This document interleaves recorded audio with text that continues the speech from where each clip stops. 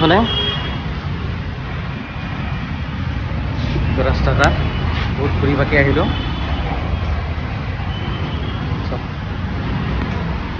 अच्छा हमको सिखा रिया है। আৰু ফাইনেলি আমি নিকনৰ ছাৰ্ভিচ চেণ্টাৰত আহি পালোঁ। ইয়াতে মোৰ এটা DSLR দি গৈছিলোঁ, সেইটো আজি নিব আহিছোঁ।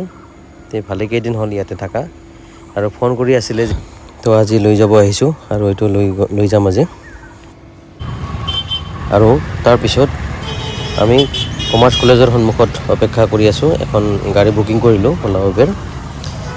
উবেৰ গাড়ীখন আহি আছে।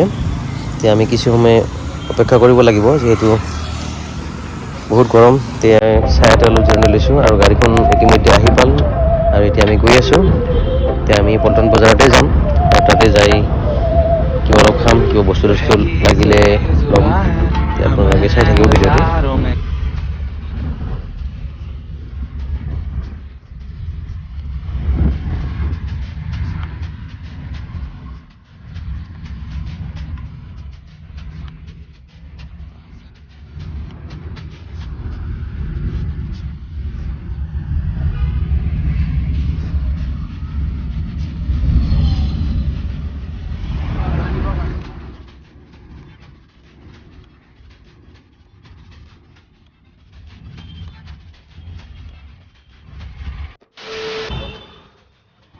আৰু এয়া আমি পল্টন বজাৰ আহি পালোঁ আৰু ইয়াতে নাচনীবিলাকে কেনেকৈ অপেক্ষা কৰি আছে সৰু সজাই যাবৰ কাৰণে। চাওকচোন, চাৰিওপিনে নাচনী।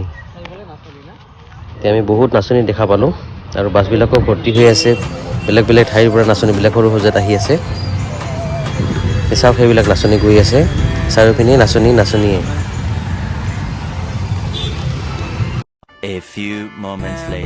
আৰু আবেলি 4টা বজাত আমি প্লেটফৰ্মত আহি পালোঁ। আৰু যিহেতু ট্ৰেইনখন লেট হৈ আছে, 5টা বজাতহে আহিব। ইয়াতে আহি অপেক্ষা কৰি আছোঁ আৰু বহুত ভাগৰ লাগিছে আৰু ফুৰিব মন যোৱা নাই। ফাইনেলি ট্ৰেইনখন সোনকালে আহি পালে হয়। ট্ৰেইনখনত আহি আৰু যাব লাগে ঘৰত যাই ৰেষ্ট ল'ব লাগে, সেয়াই আৰু। কিন্তু বহুত দেৰি হ'ব, যিহেতু ট্ৰেইনখন বহুত লেট আছে আৰু ৰাস্তাত বহুত ক্ৰচিং আছে,